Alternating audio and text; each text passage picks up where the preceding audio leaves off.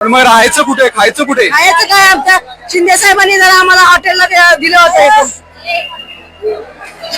आम्ही स्वतः घरातून बनवून आणले होते.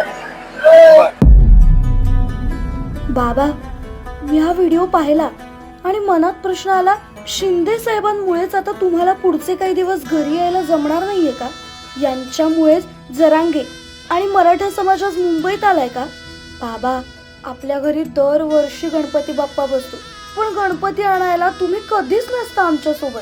माझ्या मित्रमैत्रिणींच्या घरी पण गणपती असतो, पण त्यांचे बाबा नेहमी जातात त्यांच्या सोबत. पण तुम्हाला नेहमीच बंदोबस्ताची ड्युटी लागते. तुम्ही काल रात्री उशिरा घरी आलात ना, तेव्हा मला खूप आनंद झाला.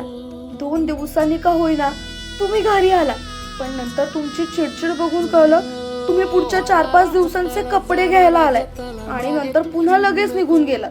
आई सांगत होती की मुंबईत सध्या खूप माणसं आली आहेत म्हणे, त्यांच्याच बंदोबस्तासाठी बाबा गेले. पण बाबा, तुमच्यावर आधीच एवढं कामाचं प्रेशर असताना एवढी माणसं कशी काय आली मुंबईत? त्यांची आंदोलनं, मागण्या ज्या काही कारणांवरून असतील, पण हे सगळं गणपती नंतर करता आलं नसतं का?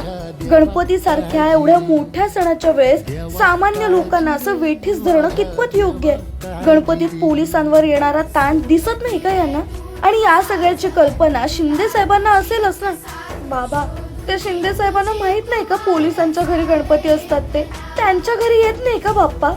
आपण विसर्जनाला दरवर्षी गणपती बाप्पाला बोलतो, पुढच्या वर्षी लवकर या. पण बाबा, मी तुम्हाला आज म्हणते, तुम्ही या वर्षी लवकर या. माझ्या देवा काळजी रे.